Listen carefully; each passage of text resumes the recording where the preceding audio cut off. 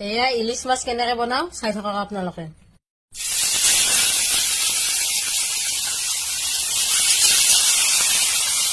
এয়া মাছখিনি কেৰাহীত এনেকে বহাই দিলো, আদা নেহুৰ সৰিয়হ গোটেইখিনি পেষ্টৰ সৈতে বহাই দিলো। ইয়াতে ঢাকনখন দি দিম ভাপ হবলৈ।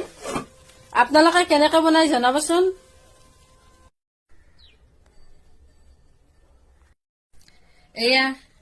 এয়া ইলিশ মাছ বনাবলৈ আপোনাৰ এয়া সৰিয়হ আদা নেহুৰ পেষ্ট গোটেইখিনি পেষ্ট কৰি লৈছো। ইলিশ মাছ আপোনালোকে বা কেনেকে বনাই, মই কেনেকে বনাও চাওকচোন।